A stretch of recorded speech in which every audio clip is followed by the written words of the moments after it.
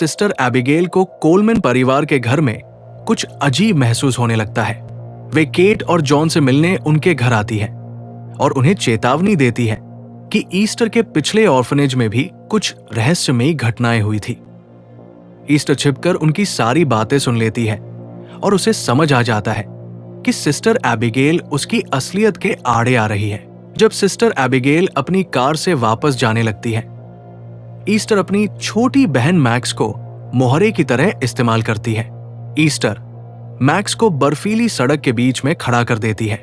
Sister Abigail जैसे ही max को सड़क पर देखती है, वे उसे बचाने के लिए अचानक ब्रेक लगाती है और उनकी कार सड़क से उतरकर पेड़ से टकरा जाती है। सिस्टर एबिगेल घायल अवस्था में कार से बाहर निकलने की कोशिश करती है। तभी ईस्टर वहां पहुंचती है। ईस्टर बिना किसी हिचकिचाहट के सिस्टर एबिगेल पर हमला करना शुरू कर देती है। वो तब तक हमला करती रहती है जब तक उनकी जान नहीं निकल जाती। ये दिखाता है कि ईस्टर केवल चालाक नहीं बल्कि एक ट्रेन्ड किलर है। सिस्टर एबिगेल की बेरहमी से हत्या करने के बाद ईस्टर के कपड़ों पर खून के छींटे लग जाते हैं। वो जानती है कि अगर घर में किसी ने ये खून के धब्बे देख लिए तो उसका खेल खत्म हो जाएगा। ईस्टर अपने खून से लथपथ कपड़ों को उतारती है और उन्हें एक पोटली की तरह लपेट लेती है। वो ट्री हाउस के फर्श के नीचे उन कपड़ों को ठूंस देती है। इसी दौरान वो उस हथौड़े को भी ठिकाने लगाने की कोशिश करती है जिससे उसने सिस्टर एबिगेल पर हमला किया था। इस घटना के बाद से मैक्स पूरी तरह ईस्टर के कंट्रोल में आ जाती है क्योंकि उसने अपनी आंखों से हत्या देखी होती है। इस सीन का सबसे डरावना मोड़ तब आता है जब डैनियल उसे ट्री हाउस के पास ये सब करते हुए देख लेता है।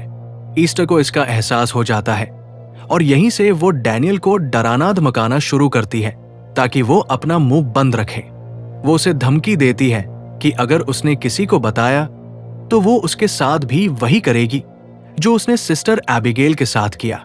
अगले सीन में दिखाया जाता है कि केट डैनियल को स्कूल के अंदर छोड़ने के लिए कुछ पलों के लिए गाड़ी से बाहर निकलती है।